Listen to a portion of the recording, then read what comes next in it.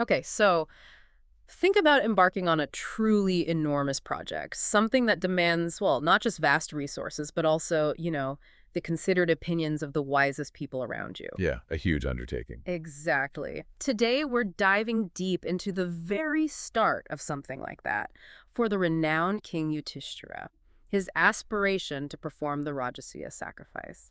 And this was a ritual with pretty profound implications. Right. This wasn't just lighting a fire and saying a few words, was it? The Rajasuya, it held immense imperial weight. Hmm. It was basically, well, a declaration of supreme authority, a statement meant for all the other rulers to recognize Yudhishthira's preeminence, his righteousness. Absolutely. And for this deep dive, we've been looking into some fascinating sections from the Sabha Parva of a major text. That's right. These sources give us this unique look at the initial thoughts, the crucial discussions that really set this whole epic thing in motion. Yeah, the very beginning. So our mission today is to sort of unravel the complexities behind this ambition. It's not just about the ceremony itself, but really about the intricate decision-making process right from the start. Okay, let's unpack this. So the scene really opens with Yudhishthira already being, a virtuous king. Our sources, they paint a picture of a prosperous reign. Right. So much so that the phrase, blessed be Dharma, apparently just echoed through his kingdom. He was even known as Ajatasattu. Which means one with no enemy. Exactly. So that establishes him as a ruler who is already, well, held in very high esteem. Then comes this pivotal moment, the arrival of the celestial sage Narada. Ah, nah. And this isn't just any old visit, it's to Yudhishthira's brand new, absolutely magnificent assembly hall. Oh, the hall, yes. I mean, imagine something almost celestial in its beauty, crafted by Maya Danava. The Asura architect, known for incredible skill. Right, shimmering with precious gems, covering, what, 5,000 cubits square? I mean, picture a truly vast space. Guarded by these beings called Rakshasas, powerful protectors, usually. And it even had this extraordinary tank filled with jeweled lotuses. Wow. Talk about an impressive setting. And this magnificent hall, it's key, isn't it? It really underscores Yudhishthira's current standing, his wealth.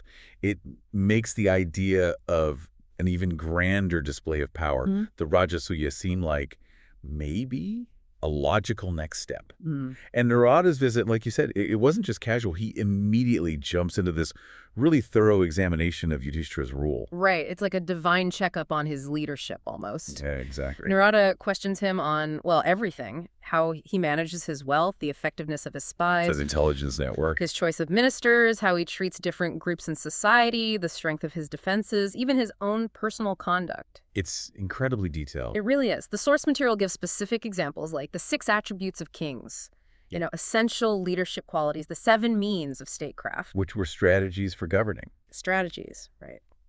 And even the 14 possessions of foes a wise ruler should know about.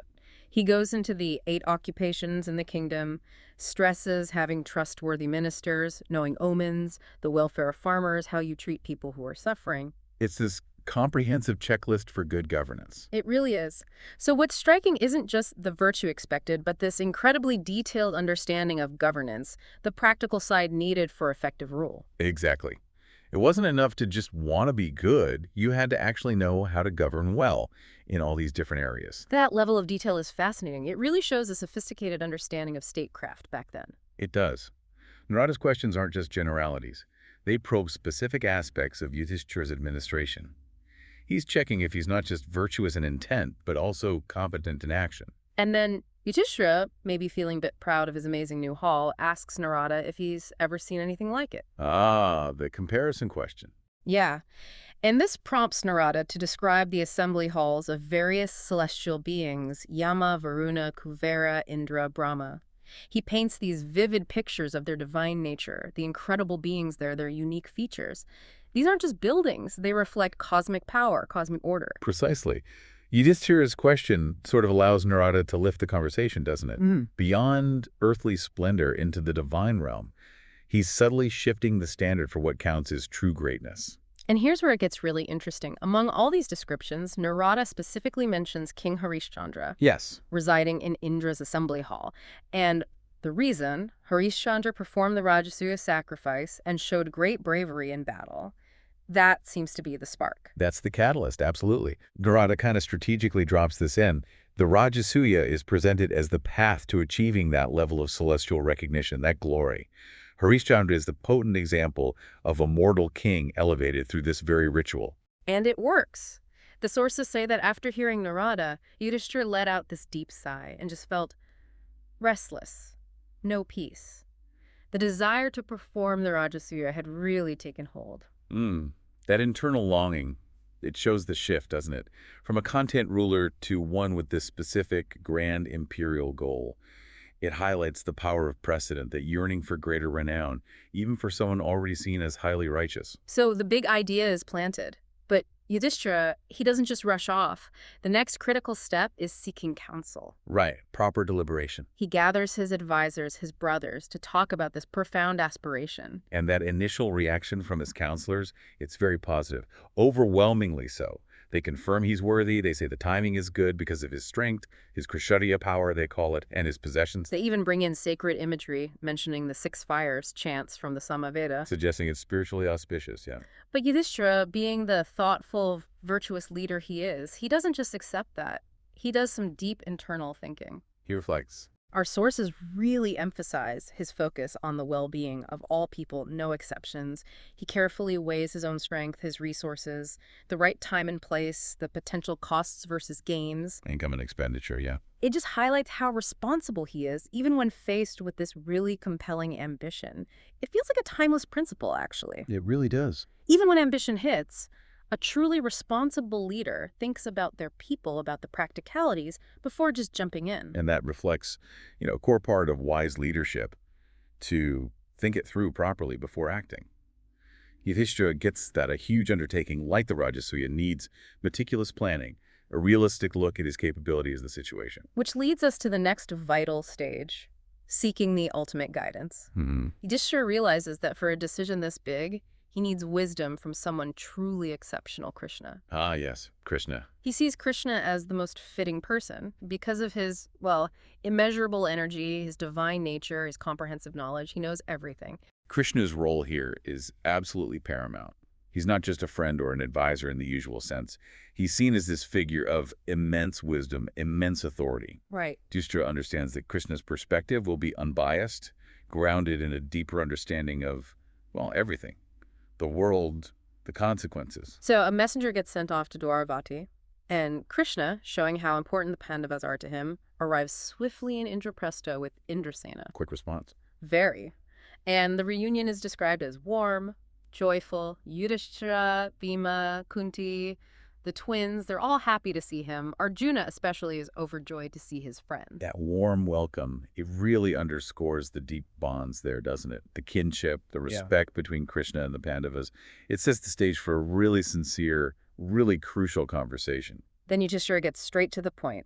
He tells Krishna directly about his desire to perform the Rajasuya, but he also acknowledges that just wishing for it isn't enough. He knows it takes more than desire. Exactly. And crucially, he explicitly asks for Krishna's guidance. He emphasizes Krishna's impartiality, his freedom from self-interest, desire, anger. He even points out how other counselors might be influenced by friendship or maybe personal gain. It's a real declaration of trust in Krishna's unique wisdom. This is such a pivotal moment. Yudhishthira is essentially putting the weight of this decision, or at least the judgment of whether it's feasible, right into Krishna's hands. Yeah. He recognizes the biases that can creep in, even with well-meaning advisors, and he seeks that objective perspective from someone he profoundly respects. And that's where we kind of reach the crux of it for today. Yudhishthira stands there, waiting for Krishna's answer. The anticipation. Will Krishna give him the green light? Will he endorse this grand ambition? Or will he maybe foresee obstacles, complexities that Yudhishthira hasn't fully considered yet? That's a question for us to think about, and maybe, something to explore further down the line. It certainly leaves us at a fascinating point, doesn't it? You've got the spark of ambition from Narada, the careful initial talks, the internal deliberation, and now this critical reliance on the wisest counsel available. The stage is definitely set. Absolutely. So just to recap quickly, we saw Yudhishthira's desire for imperial status get ignited, really, by Narada's visit and that story about Harishchandra. Right. That pushed him to consult his inner circle. But recognizing just how huge this was, he then sought the ultimate wisdom from Krishna.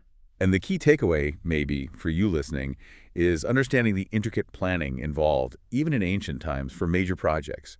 It wasn't just about wanting something or having the stuff to do it. No. It involved actively seeking wise counsel, carefully weighing the pros and cons, and really trying to grasp the bigger picture, the broader implications of such a huge ambition. It really makes you think, doesn't it? Like, what kind of counsel would you seek before starting something major in your life? And why is that unbiased advice just so valuable?